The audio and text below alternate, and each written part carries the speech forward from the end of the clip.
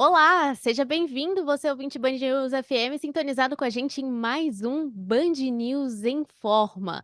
A gente fala hoje sobre HIV, a relação do vírus com 2026, como que essa nova geração está encarando o HIV e também como o esporte pode entrar no tratamento como um aliado, não é isso, Camila Riche? Olá, Isabela, olá a todos os ouvintes.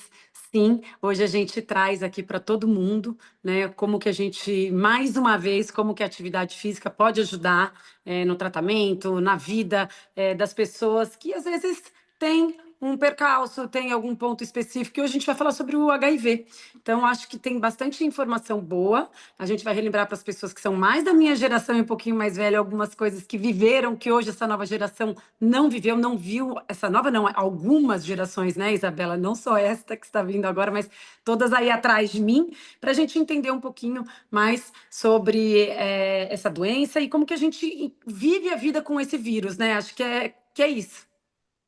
E para falar sobre isso, estamos com dois especialistas, a doutora Andréa Almeida, infectologista do Instituto de Assistência Médica do Servidor Público de São Paulo. Doutora, seja bem-vinda. Olá, muito obrigada pela oportunidade de estar falando sobre isso. Afinal, já temos mais de 50 anos que vivemos com o vírus do HIV, né? E é sempre importante a gente voltar nesse assunto, que é uma doença que tem controle, mas ainda não temos cura. E também recebemos o professor doutor Pedro Paz, do curso de Educação Física da Universidade Federal de Pernambuco. Professor, seja bem-vindo.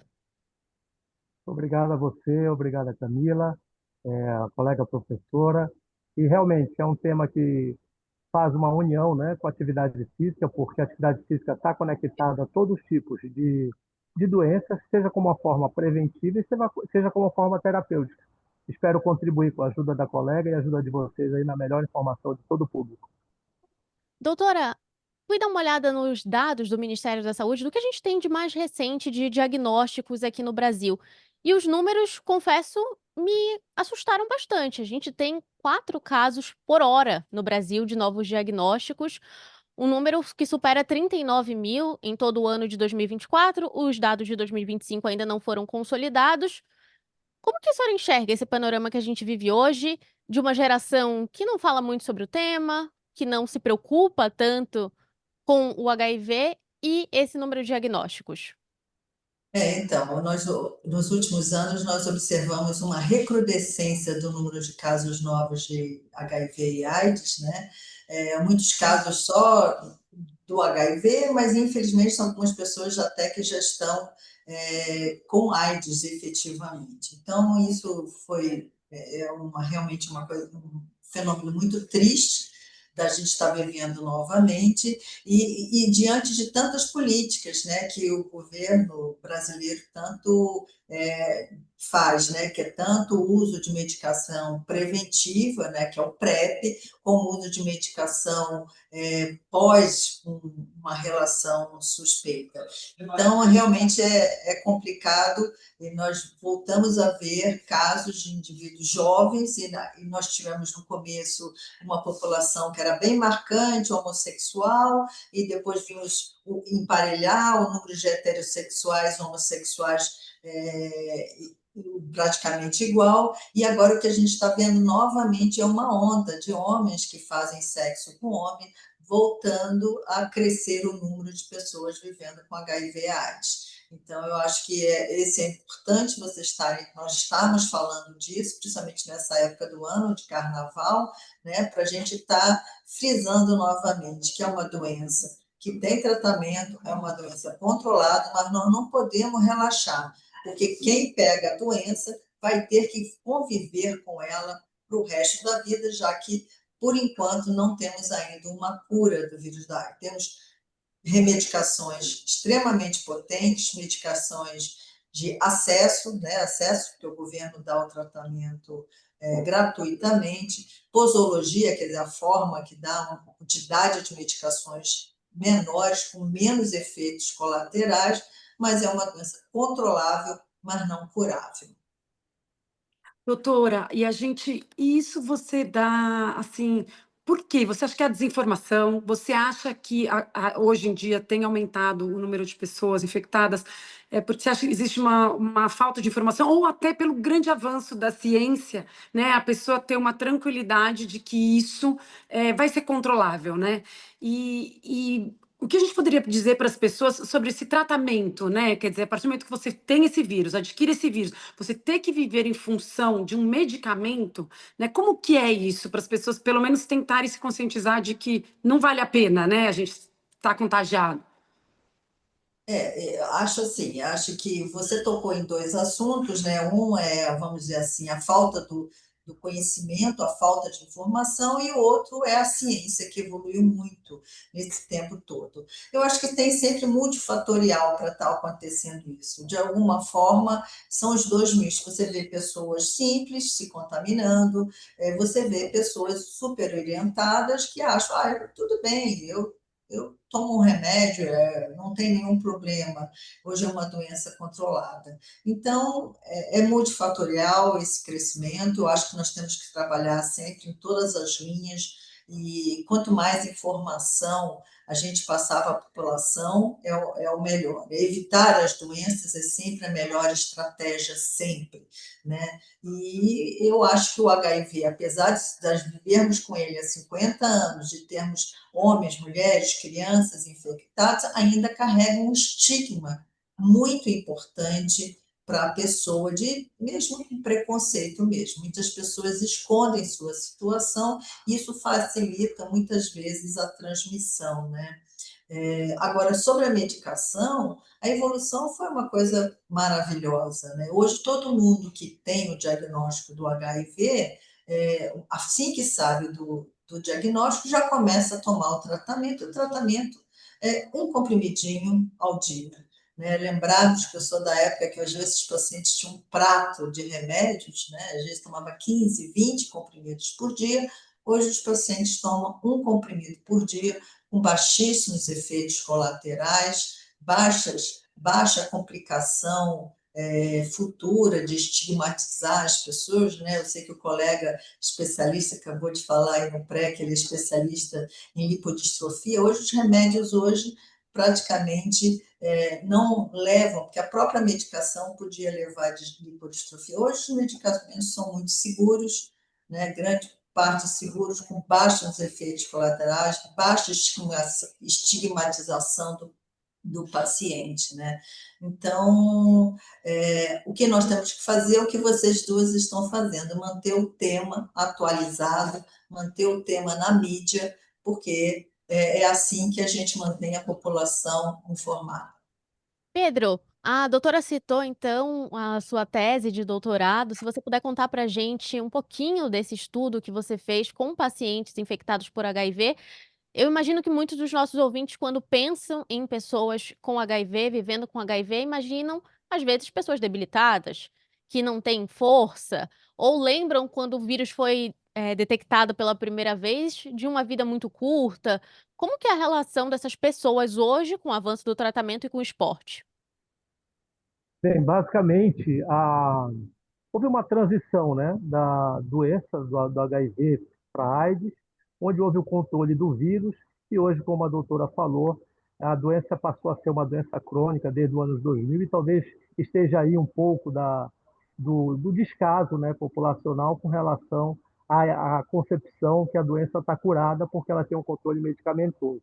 Isso responde um pouco à falta realmente de divulgação do governo, de propaganda, para entender que a AIDS não teve cura, apenas ela passou a ser uma doença crônica, cuja medicação, se a pessoa, obviamente, tiver o cuidado, ela não desenvolve, ela tem risco menor de desenvolver AIDS. Então, acho que esse é um fator importante. E na década passada, no início dos anos 2000, os medicamentos que faziam a diminuição da carga viral, eles tinham um percentual de chance de desenvolver um efeito colateral que se chama lipodistrofia, que é o aparecimento de gordura corporal, seja de forma acentuada ou de forma diminuída em algumas regiões do corpo, como na maçã do rosto, que tinha uma região diminuía a gordura corporal, e no abdômen aumentava a gordura corporal. E o exercício, ele combatia justamente esse efeito colateral, esse efeito da ação medicamentosa. Hoje em dia, como a professora bem frisou, os medicamentos eles são tão modernos, a pessoa tomava cerca de 8 comprimidos por dia, e hoje se reduz a praticamente um só, e ela passa a ter uma vida igual, semelhante a uma pessoa comum. Porém, os riscos associados a dislipidemias, aumento do colesterol sanguíneo, aumento da gordura sanguínea e da composição corporal existem como qualquer outra pessoa. E o exercício físico, assim como na época o exercício físico era indicado e continua sendo indicado para o controle da gordura corporal, seja da composição corporal, daquilo que a gente vê, e seja daquilo que a gente não vê, que são as gorduras corporais internas sanguíneas, a gordura das vísceras, o exercício continua sendo um efeito paliativo, terapêutico, crônico, qualquer tipo de medicamento. E também ele entra no cuidado com pessoas que têm HIV. Então, ele continua sendo um acessório, um aliado essencial a qualquer tratamento terapêutico, medicamentoso. A pessoa que tem o vírus HIV, ela está mais suscetível, por exemplo, a estar com o sistema imunológico mais fragilizado ou não? Se ela toma um medicamento, o sistema imunológico dela fica ali igual de uma pessoa normal. Porque a gente sabe que a atividade física ajuda a melhorar muito os processos inflamatórios e também a fortalecer o nosso sistema imunológico. E aí eu queria saber se o medicamento ele já coloca num nível bom o nosso sistema imunológico. Agora, a sua pergunta é procedente, porque uma vez que você tenha adquirido o vírus do HIV, você jamais voltará a ter um sistema imunológico intacto. Seu sistema imunológico vai ficar prejudicado. O remédio controla, mas você vai continuar tendo um certo grau de imunossupressão, uma inflamação crônica pela presença do vírus. Como a gente não mata o vírus está presente na célula. E essa inflamação crônica leva a um estado inflamatório crônico, com efeitos ao longo prazo no seu organismo grande. Antes, a gente dizia, com os remédios talvez não tão eficientes e potentes, que, por exemplo, hoje uma pessoa de 30 anos, se ela tem HIV, ela corresponderia a uma pessoa de 40 anos. E leva um envelhecimento da pessoa. Então, como o colega mesmo falou, os novos medicamentos diminuíram essa inflamação, são mais potentes, diminuíram os efeitos colaterais diretos dos remédios, mas não alteraram de maneira igualando as idades, igualando essa pessoa sem risco nenhum. Então, os efeitos cardiovasculares dessa inflamação crônica são muito citados. Então, a participação dos colegas educadores físicos, tanto na área do força muscular, para manter eles longe da sarcopenia, né, que é a diminuição dos músculos relacionados, né, o músculo fica fraco e aumenta a gordura, né?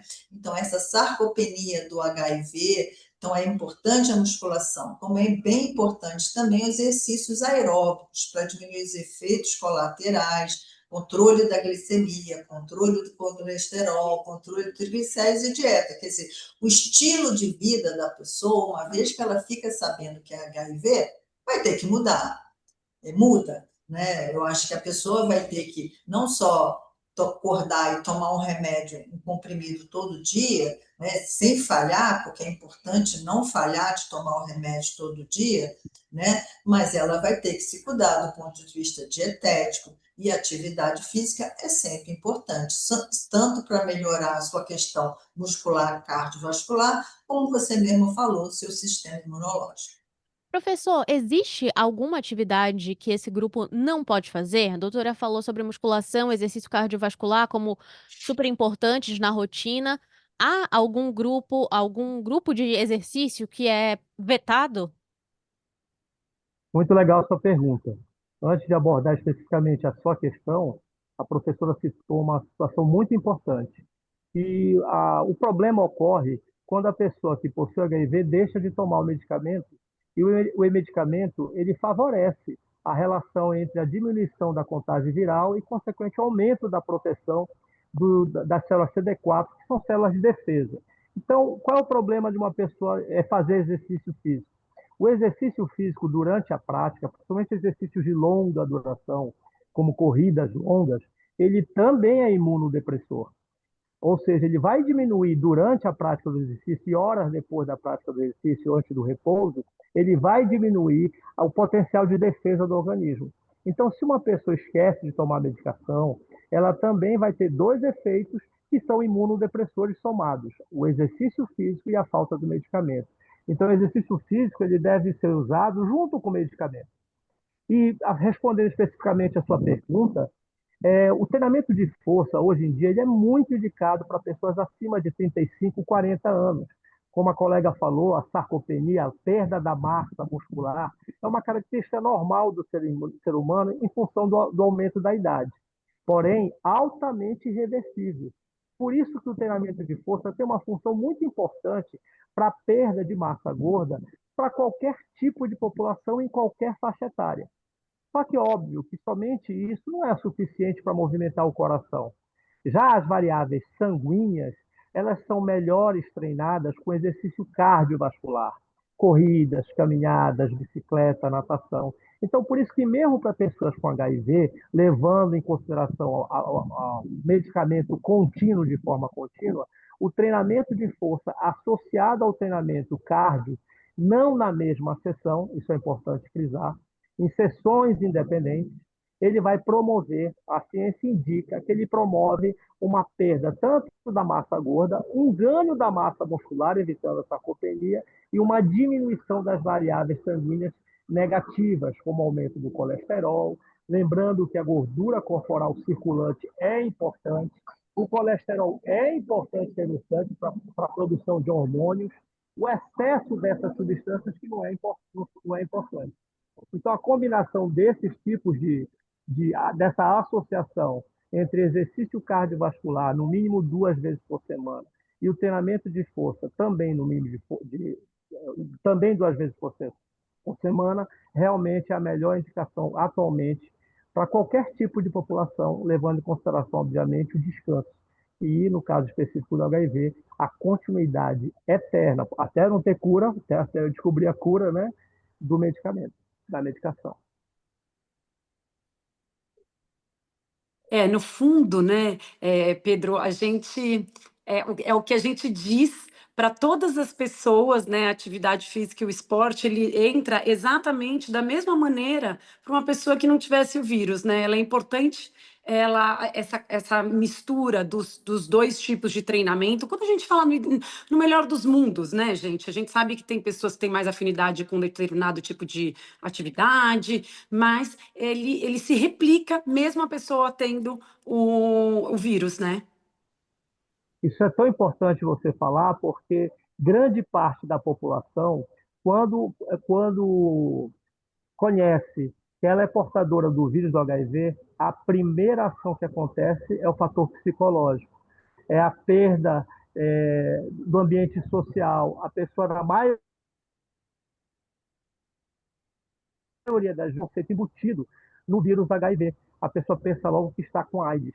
E o que acontece? Pessoas que são extremamente treinadas, que frequentam a academia, têm personal, atuam, deixam de fazer atividade física e entram num sistema crônico regressivo, porque elas tinham aquele benefício da atividade física e por conta dessa falta de conhecimento que a doença é crônica, onde entra a participação muito de psicólogos, psicoterapeutas e os próprios médicos infectologistas, eles são fantásticos nessa área de promoção, de dizer, fazer essa virada de preconceito, né? Para conhecer realmente a doença. E não, você tem que continuar a atividade física, não para. Isso a gente vê muito em academia. Aquela pessoa que é extremamente extrovertida, de repente some da academia, e óbvio que às vezes você tem um retorno, ou seja, por convívio social, e ela declara muito acanhadamente que tem o HIV, e nós somos também, porque somos da área da saúde, os motivadores da volta dessa pessoa à academia. Mas a continuidade da prática é fundamental, tanto do ponto de vista psicossocial como do ponto de vista morfofisiológico. Doutora Andréa, vamos aproveitar então esse gancho para falar para os nossos ouvintes a diferença entre o vírus da imunodeficiência humana, a síndrome da imunodeficiência adquirida e a AIDS. Pode explicar para a gente o que acontece no corpo humano até o estágio da AIDS? Correto, posso sim. Mas eu queria comentar duas coisas que foi citado pelo Pedro. A primeira coisa é que, como ele já falou, a atividade física em excesso ou num organismo instável, ela não deve ser realizada, não só no HIV, como qualquer pessoa doente se propor a fazer uma atividade física, seja exercícios de musculação aeróbico, é inadequado. Então, o paciente que tem o HIV, mas que ele não está com alguma doença aguda ativa, ele deve aguardar a estabilidade do quadro para ele iniciar uma atividade física a fim de não piorar o seu quadro clínico. Outra coisa que o Pedro falou que é super bem-vinda são a atividade física em si, os seus efeitos benéficos na pessoa, melhora do sono, melhora da irritabilidade, melhora do estresse, a pessoa tem uma melhora do apetite. Então, a atividade física ela não é só o ganho físico de massa, o ganho orgânico, mas o efeito, como o Pedro citou, de socializar a pessoa. Ela pode ter grupos na academia, né, grupos de corridas. Então, o efeito é importante no sono, atividade física, apetite, não é só força e aeróbico, é no mental também. Uma coisa que eu gostaria de comentar, já que a gente também está falando muito de academia, é o fato de, às vezes, essas pessoas irem para a academia e começar a ingestão de substâncias, né? Vitaminas, whey's, né? Proteicos, coisas proteicas que se é fornecido na academia e que muitas vezes o paciente precisa mesmo, ele precisa às vezes de um suporte calórico e proteico adequado.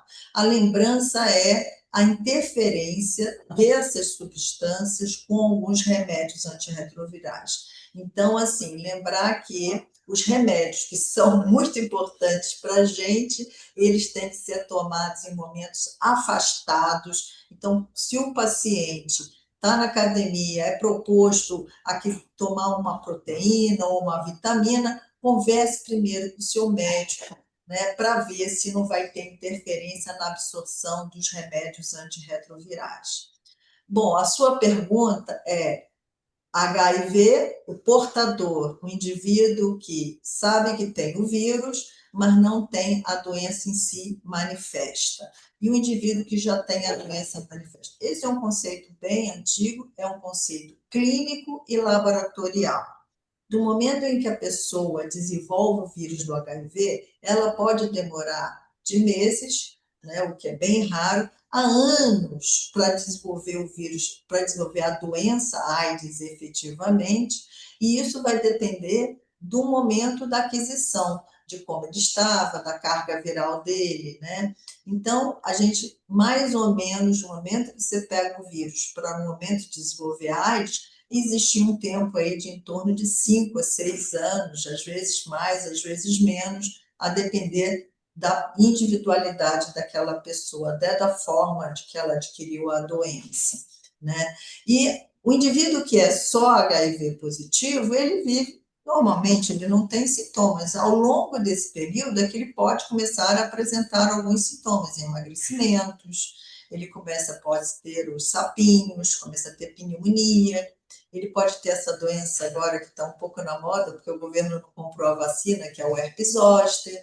Então, em vários momentos da vida, ele pode ter algumas manifestações que tem que subir o alerta dele e de equipes médicas, né, para solicitar o teste e tratá-lo de forma correta.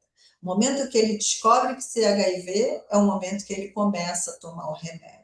E o AIDS é quando ele já tem a doença AIDS manifesta, ele já tem uma doença oportunista, ou ele teve uma pneumonia, ou ele teve uma meningite, ou ele teve um câncer, alguns cânceres são definidores de AIDS.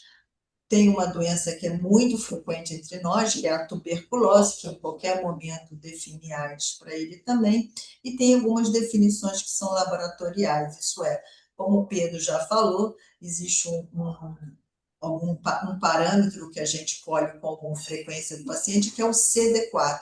O CD4 é a nossa célula de defesa do organismo, é a célula que o vírus do HIV infecta e ela que diminui a contagem. E quando essa contagem dela está muito baixa, né, que às vezes o paciente não está sentindo nada, mas está com uma contagem baixa, ela também é definidora de AIDS. E por que é importante o CD4? Não só definir AIDS, como a gente já tem que começar a iniciar as profilaxias. Então, as pessoas que já têm a AIDS definida, aí a vida dela complica mesmo, porque não é um comprimidinho por dia.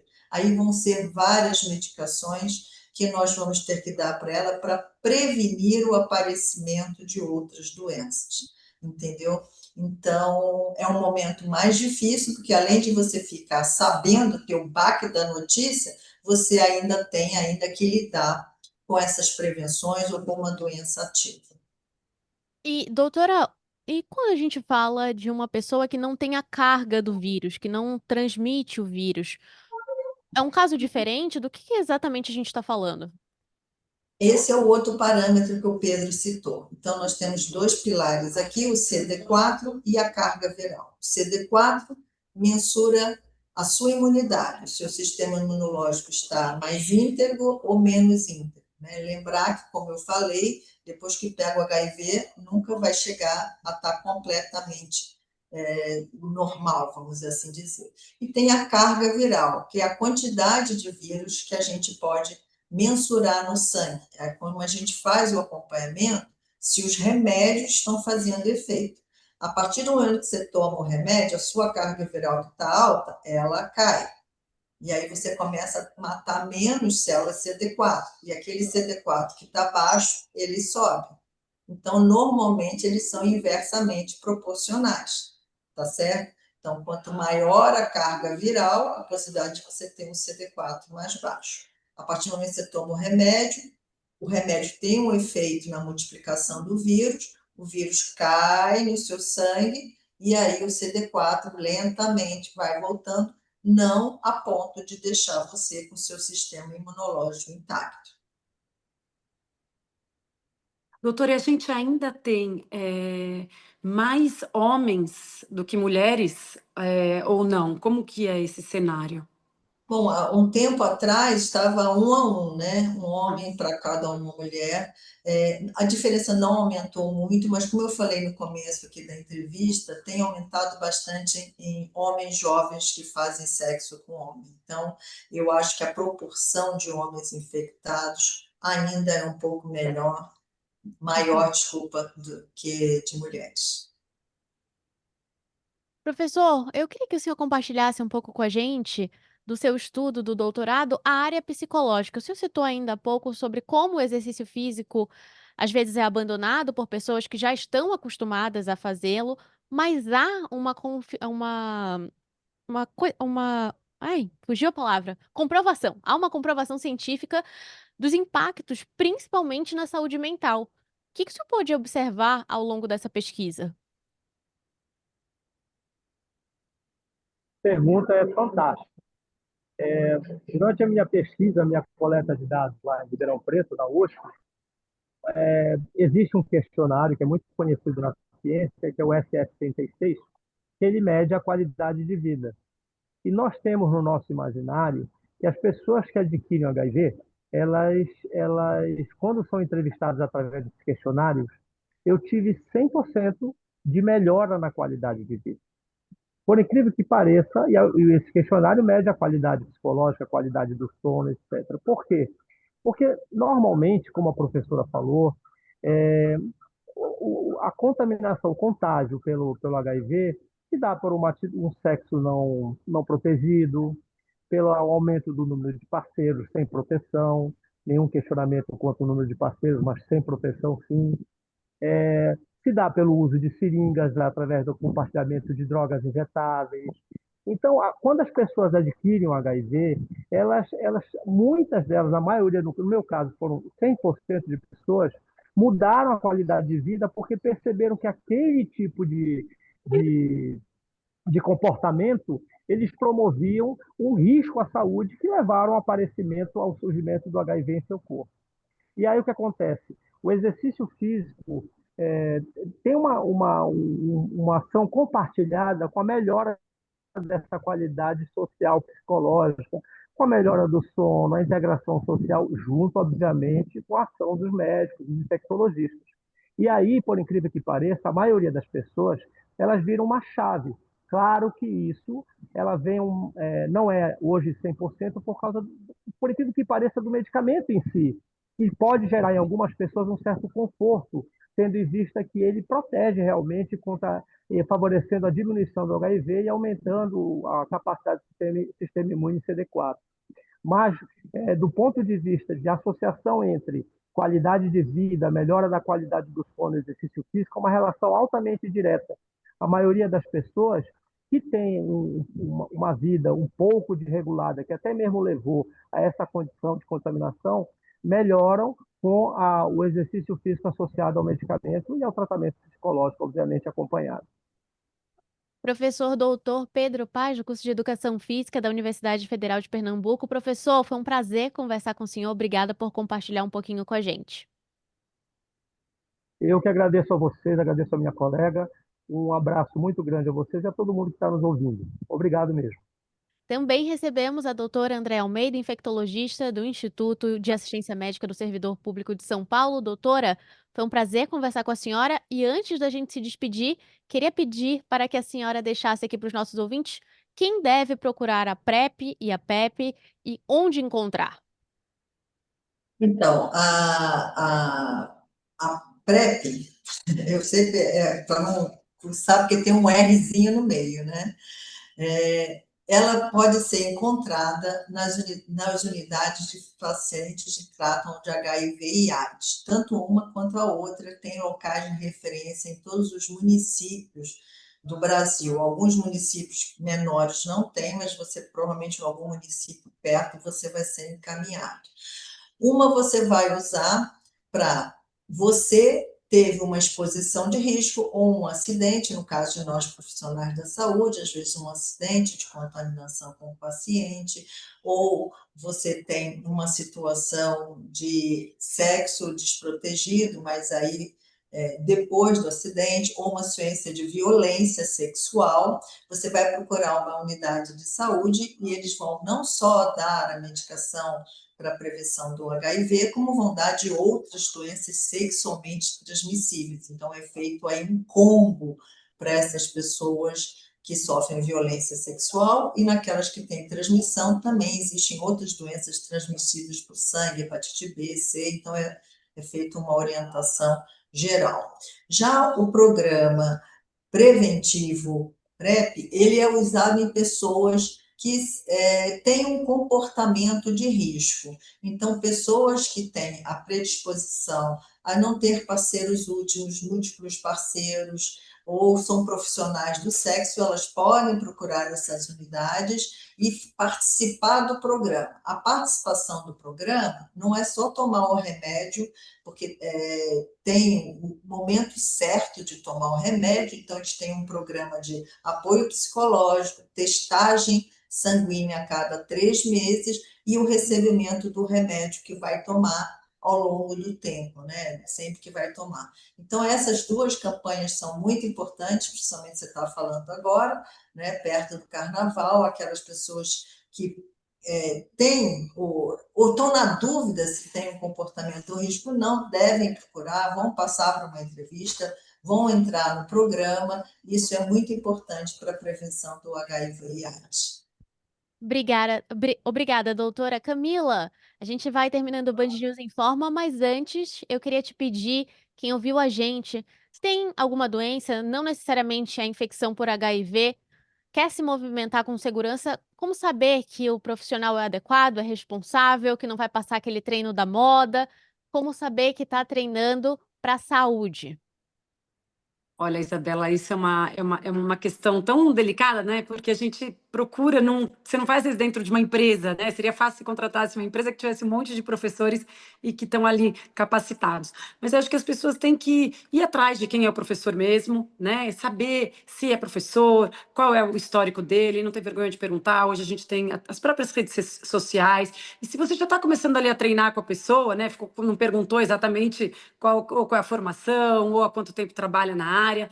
Acho que a gente tem que aprender que a gente tem que ter liberdade de perguntar para o professor, né? Então eu ensino isso para os meus filhos, não é fácil, mas a gente tem que perguntar para ele por que isso, por que a gente está fazendo isso, né? Eu posso ter o meu objetivo, mas eu tenho que entender sobre a minha sessão de treino, eu tenho que entender com a minha aula, não dá para simplesmente falar esse exercício eu vi na internet, eu vou jogar ele aqui, aí você faz e todo mundo se sente seguro. Então a gente não pode se prender a um exercício, né? A gente tem que se prender a aprender como funciona uma sessão de treino. Não importa se ela é para uma menina uma mulher, jovem mulher de 18, 20 anos de idade, não importa se você tem 40, se você tem 50, se é gestante, se você é homem, não importa. Você tem que ter uma coerência dentro da sua sessão de treino, tem que ter a liberdade de poder conversar com esse profissional e esquecer que um exercício é um movimento, porque todo mundo nas redes sociais coloca, nossa, olha esse exercício que difícil, olha o que ela faz, aí fala, na minha aula também tem aquilo, né? Entender que toda aula tem que ter um começo, um meio e um fim, não importa o nível que a pessoa esteja de atleticismo, de capacidade, de performance, não importa, tem que ter um começo, um meio e fim, e normalmente a gente começa mais tranquilo e termina mais tranquilo também, e sempre ter essa porta de abertura para perguntar e questionar o profissional que você está contratando ou está cuidando de você dentro de uma academia, não precisa ser necessariamente um personal, você tem que fazer uma aula, entender o que está, ter essa liberdade de perguntar e se informar direito. Informação também no seu Instagram, não é isso? Bastante. É só me procurar no @Camila, aquele risquinho embaixo, Hirsch, HIRSCH. Até a próxima semana, Camila. Um beijo. Obrigada, Isabela. Obrigada, Pedro e Andréia, a todos os ouvintes.